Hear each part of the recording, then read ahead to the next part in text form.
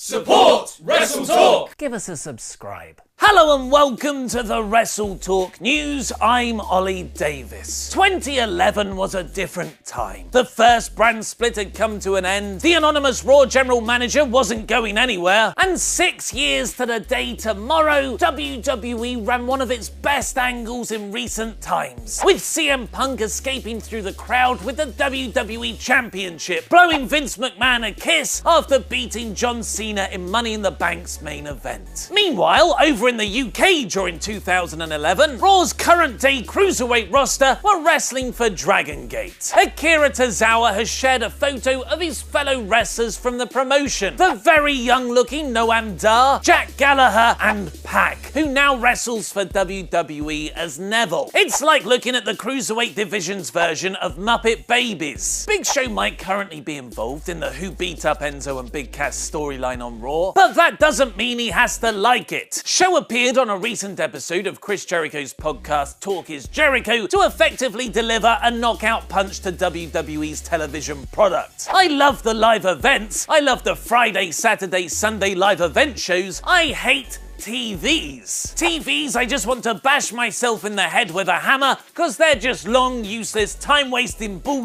days, where you sit around all day for some frickin' idea that absolutely sucks, debating it for hours, 17,000 different inputs, you know, one or two guys lace their wrestling boots up in their life and they're talking, and the other ones have never laced up a pair and don't know shit.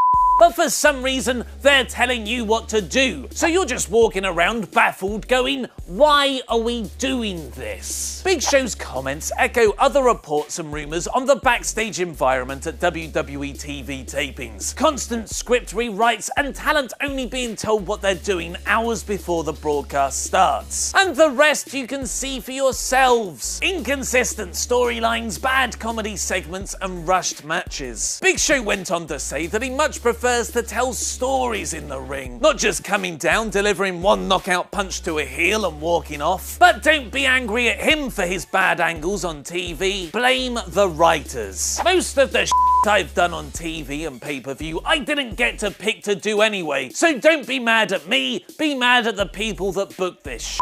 Show appears to be winding down his career with his current contract expiring in February next year. That's why he got in such good shape ahead of this year's WrestleMania, as he believed it would be his last. But despite building it up for almost a year, his special attraction match with Shaq never happened. Speaking of WrestleManias, WWE have reportedly sent out a survey asking about future potential host cities, with places known for their hot wrestling crowds like New York, Toronto, and just a little old place called London. The last major pay-per-view held in the UK was 1992's SummerSlam at Wembley Stadium, which still stands as WWE's 4th highest attended show ever, even with their bogus inflation figures for WrestleMania 3, 29 and 32. But way before a WrestleMania abroad, it's Money in the Bank this Sunday, which you can watch mine and Luke Owen's predictions for in the brand new Wrestle Ramble right here on WrestleTalk's YouTube channel. Cheap Pop. The latest Wrestling Observer newsletter is reporting that a Legends segment is planned for the show because of St. Louis's rich history of professional wrestling. Dave Meltzer writes that Ric Flair, Bob Orton Jr., Larry Hennig, Baron von Raschke, and Greg Gagne are all confirmed for the show, with Gerald Briscoe, Rocky Johnson, and Ted DiBiase being possible additions. While the nature of the segment is not yet known, it could very well play into the WWE title feud between Randy Orton and Jinder Mahal, as both have made reference to Orton's wrestling family lineage in the build-up to their match. Speaking of absolute legends, it's time to give those who've donated to WrestleTalk's Patreon page their very own WrestleTalk Hall of Fame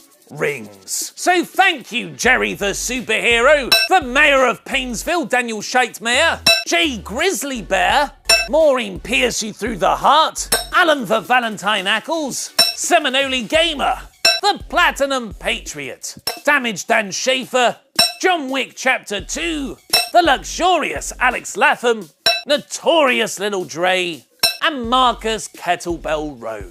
Who will win at Money in the Bank 2017? Find out mine and Luke Owen's predictions in the brand new Wrestle Ramble. And which two former TNA stars are set to debut on SmackDown? Click the videos to the left, press subscribe, and support WrestleTalk on Patreon. I've been Ollie Davis, and that was wrestling.